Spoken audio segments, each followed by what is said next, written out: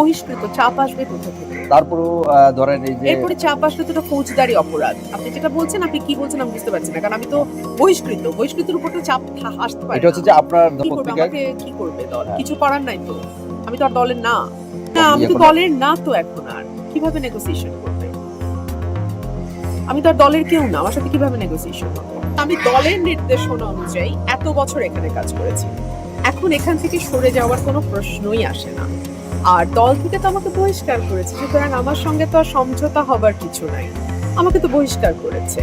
আর একটা কথা, জোটে যারা প্রার্থী আছেন তাদের প্রতি আমি পূর্ণ সম্মান রেখে বলছি, একটা এলাকায় একজন কর্মী, দলের একজন কর্মী বছরের পর বছর কাজ করে, পরিশ্রম করে, নেতা কর্মীদেরকে আগলে রাখে, নেতা কর্মীদের সুখ দুঃখে পাশে থাকে।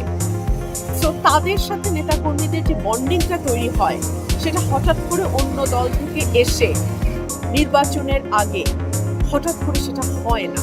এটা মেনেই আসলে জোটের প্রার্থীদের নির্বাচন করতে হবে। ভোটারদের গায়ে তো আর লেখা নাই কে কোন দলের কর্মী। আমি সাধারণ ভোটারদের অভূতপূর্ব সাড়া পাচ্ছি।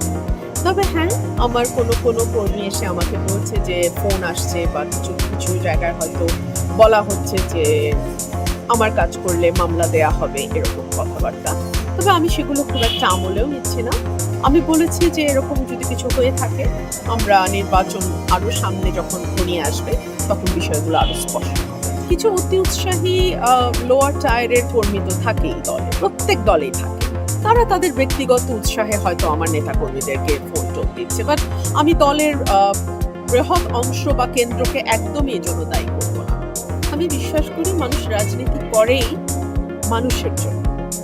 মানুষ যদি কোনো নেতার পাশে বা ব্যক্তির পাশে থাকে, তাকে পরাজিত করা খুব কঠিন। আমার এই আসনটি ৭৩ সাল থেকে আমাদের পরিবারের সঙ্গে ওতপ্রোতভাবে জড়িত। আমার বাবা ১৯৭৩ সালে আসন থেকে স্বতন্ত্র নির্বাচন করেছিলেন। এখন আমি এই আসন থেকে স্বতন্ত্র নির্বাচন করছি, এবং আমি যেখানেই যাই, বিশেষ করে মুরব্বী যারা এলাকার, একদম মুরব্বী বয়স্ক মানুষ, ওনারা কিন্তু দৌড়ায় আসেন যে অলি আহাদ ভাইয়ের মেয়ে আসছে।